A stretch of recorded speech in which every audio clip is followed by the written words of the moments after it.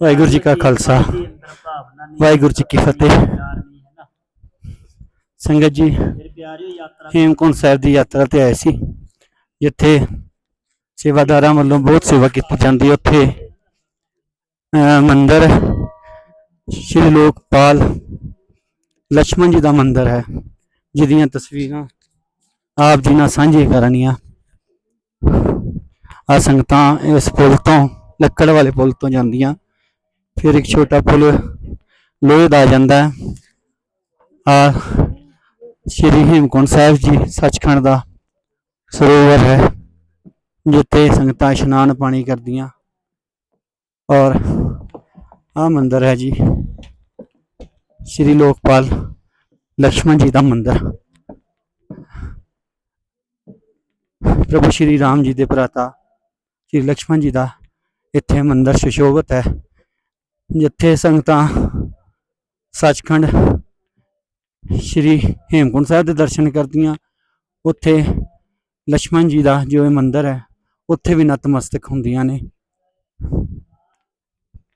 बेअंत संगतां इत्थे हाजरियां भरदियां। तस्वीरां तुहाडे नाल सांझियां कर रहे हैं जी लक्ष्मण मंदिर दियां।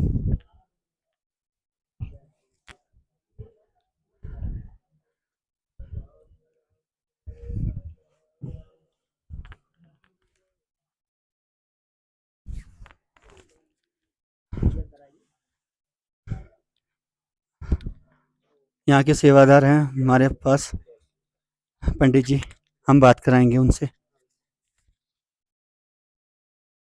जय श्री राम। पंडित जी, सबसे पहले तो जय श्री राम। जय श्री राम। यहाँ पर अनेक संगतें आती हैं जी माथा टेकने, जी जी और ये लक्ष्मण जी का मंदिर है। क्या इतिहास यहाँ का क्या है? जी। यहाँ पर लक्ष्मण जी ने शेषनाग अवतार में सतयुग में तपस्या की थी। जी धर्म की रक्षा के लिए, समाज की रक्षा के लिए, दुष्टों के दमन के लिए, भक्तों के कल्याण के लिए। तो त्रेता युग में यहाँ पर लक्ष्मण जी का अवतार हुआ। तब से हमारे भारतवर्ष का इकलौता लक्ष्मण जी का मंदिर यहाँ पर विराजमान है, जो कि 60,05,000 वर्ष बीत चुके हैं। तब से लक्ष्मण जी यहीं पर विराजमान है ना। अब हमें बीच में तो लक्ष्मण जी के दर्शन होते हैं, शेषनाग अवतार। राइट में उधर सज्जे पास में महामाई जी के दर्शन होते हैं, जो कि नंदा देवी जी का स्वरूप यहाँ पर विराजमान है।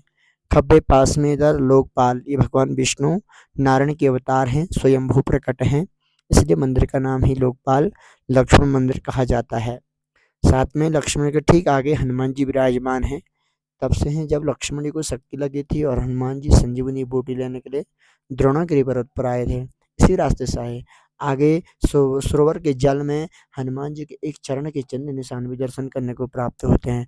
लेकिन हाँ, वहाँ पर जा नहीं सकते हैं, मौसम खराब है, रास्ता खराब है, तो इसलिए हनुमान जी के दर्शन हम आपको यहीं पर कराते हैं, ताकि आपको ये न लगे कि हमें मालूम नहीं था। पंडित और जी, हिंदू जी सिख एकता की मिसाल है ये जी स्थान। जी क्या बिल्कुल क्या कहना चाहेंगे हमारे भक्तों को, जी हमारे जो यहाँ पर आते हैं माथा टेकने, उनको जी। क्या मैसेज देना चाहेंगे? देखो हम तो यही कहते हैं, देखो गुरु भी एक है, ग्रंथ भी एक है, गोविंद भी एक है, तीनों एक हैं, ठीक है ना। तो हम भी जाते हैं गुरुद्वारा। अभी अभी मैं गुरुद्वारा गया था, सारे संगत बैठे हुए थे, मैं आया था वहाँ पर, है ना। मत्था में भी जाता हूँ, टेकता हूँ, मैं तो सबको एक मानता हूँ, है ना। मैं यहाँ पर सेवा देता हूँ, है ना। 4.5 महीने सेवा करता हूँ भगवान के चरणों की। तो भगवान के चरणों में तो देखो, चरण तो हर किसी के मीठे हैं, है ना। चरण सबके एक हैं, गुरु भी एक है और गोविंद भी एक है, पंडित जी, ग्रंथ आप भी एक है। भाग्यशाली हैं कि यहाँ की सेवा कर रहे हैं। बिल्कुल, तो प्रभु के चरणों की सेवा है, तो देखो वो चलो उनकी सौभाग्य से प्राप्त हुआ है, उनकी कृपा से हुआ है, तो हम भी चाहते हैं कि सेवा करें। प्रभु श्री जी। राम जी का आशीर्वाद सबको मिले। बिल्कुल, सबको हम तो परमात्मा से यही प्रार्थना करते हैं, प्रभु सबका कल्याण करे, सब पे प्रभु की कृपा हो, सब तंदुरुस्ती रहे, सबकी मनोकामनाएँ पूर्ण हो, है ना? प्रभु सबका कल्याण करे। हम तो ये भी कहते हैं कि संगतों को कि आप आइए सब कुछ, जबकि मुझे लगता है कि अब तो बहुत सारे 80% लोगों को मालूम हो चुका है कि लक्ष्मण मंदिर यहाँ पर यहाँ विराजमान भी है ना? तो अब आना चाहिए, देखो लोग दर्शन करने चाहिए, दोनों धामों के दर्शन करने चाहिए। आप देखिए गुरु साहिब जी के पास आते हैं, तो आपको लक्ष्मण जी के पास भी आना चाहिए। क्योंकि देखो मैं अगर अंदर जा सकता हूँ, दर्शन कर सकता हूँ स्वयं, तो आप लोगों को भी ये होना चाहिए कि हमें भी जाना चाहिए, दर्शन करना चाहिए। देखो सब एक हैं,